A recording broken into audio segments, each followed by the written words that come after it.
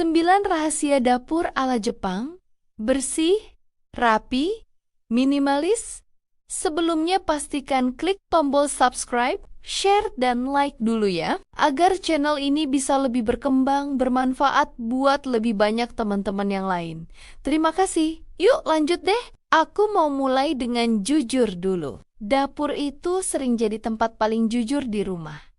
Lebih jujur dari ruang tamu, lebih jujur dari kamar tidur. Soalnya, ruang tamu masih bisa pura-pura rapi kalau ada tamu.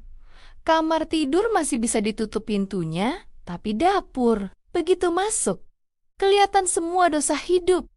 Panci numpuk, bumbu berjejer tapi kadaluarsa. Plastik-plastik misterius tanpa pasangan. Dan kulkas yang isinya lebih banyak niat masak daripada masakan. Aku pernah berdiri di dapur sendiri, jam 10 malam, lapar, capek, terus mikir, kenapa ya tempat ini bikin tambah lelah, mau masak mie instan aja jadi males.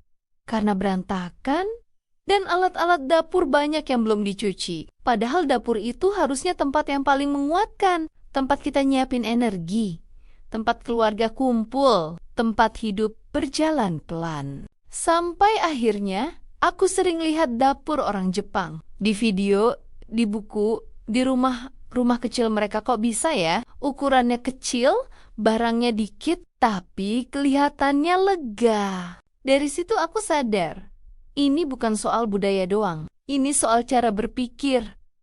Dan sekarang aku mau cerita pelan-pelan. 9 rahasia dapur ala Jepang. Lengkap dengan contoh yang mungkin bikin kamu ketawa kecil sambil bilang, kok gue banget? Rahasia pertama, setiap barang harus punya alasan hidup. Di dapur Jepang, jarang ada barang yang cuma sekadar ada. Pisau ya buat motong, panci ya buat masak. Nggak ada panci lucu yang cuma dipakai pas lebaran. Coba jujur sama diri sendiri. Di dapur kita berapa alat yang sebenarnya cuma pajangan. Contoh real, rice cooker lama masih disimpan. Padahal sudah beli yang baru. Alasannya, siapa tahu nanti kepakai. Padahal sudah bertahun-tahun gak disentuh. Di Jepang, barang seperti itu biasanya dilepas.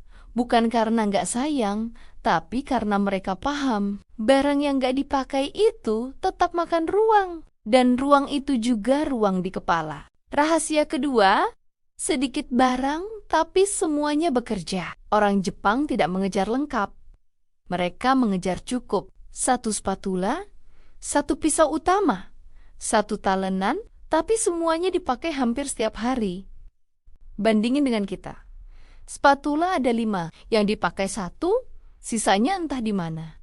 Secara nalar dan logika, semakin banyak barang, semakin banyak yang harus dibersihkan. Semakin banyak energi yang kebuang, makanya dapur Jepang jarang bikin capek, karena barangnya tidak minta perhatian berlebihan. Rahasia ketiga, setiap barang punya rumah tetap. Ini kelihatannya sepele, tapi dampaknya luar biasa. Di dapur Jepang, sendok punya tempat, pisau punya slot, panci punya posisi, jadi setelah dipakai nggak mikir, langsung balik. Bandingin sama dapur kita. Sendok, kadang di laci, kadang ada di rak, kadang di rice cooker, bahkan sampai menumpuk beberapa buah di kulkas. Dan akhirnya yang capek bukan dapurnya, tapi malah otak kita yang capek. Sistem ini bikin dapur mereka rapi bukan karena rajin, tapi karena malas mikir. Dan jujur ya, manusia itu memang dasarnya malas mikir.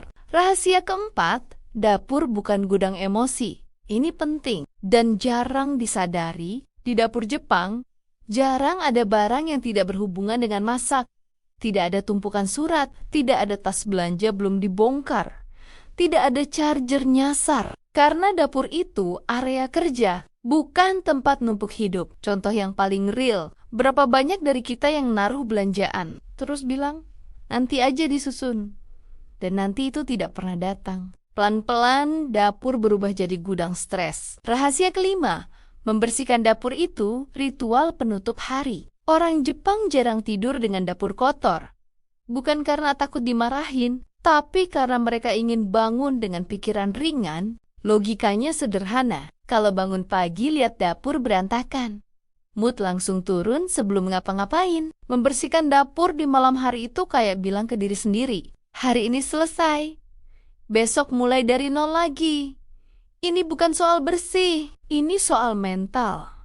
Rahasia keenam, tidak semua keinginan harus dibeli. Dapur Jepang jarang penuh alat lucu, bukan karena mereka nggak suka, tapi karena mereka sadar belanja seringkali bukan soal kebutuhan, tapi soal pelarian. Capek kerja, scroll online shop, lihat alat dapur estetik, check out. Sebulan kemudian, barangnya nganggur. Mereka belajar menunda. Dan dari situ, keuangan mereka lebih stabil. Karena dapur yang penuh sering jadi tanda dompet yang bocor. Rahasia ketujuh, desain dapur dibuat supaya cepat dibereskan. Permukaan bersih, sedikit ornamen, mudah dilap. Karena semakin ribet dapur, semakin malas orang masuk ke sana. Ini logis. Kalau kamu tahu beresin dapur cuma 5 menit, kamu akan lebih ikhlas masak. Tapi kalau butuh 30 menit, kita akan cari alasan pesan makanan. Rahasia ke-8, dapur rapi bikin kita makan lebih sadar. Ketika dapur tenang, masak jadi pelan, makan jadi fokus. Tidak sambil emosi, tidak sambil marah. Dan dapur pun tidak berantakan, karena akibat dari rasa tenang kita. Ini efek domino, makan lebih sadar, bikin badan lebih sehat. Badan lebih sehat, bikin pikiran lebih stabil, dan semuanya dimulai dari dapur. Rahasia ke-9, dapur adalah cermin tanggung jawab hidup. Di Jepang, dapur berantakan sering dianggap sinyal bahwa mungkin ada sesuatu yang belum dibereskan di dalam diri. Bukan untuk menghakimi, tapi untuk menyadari. Dan di sini aku berhenti sejenak, karena ini bagian paling jujur.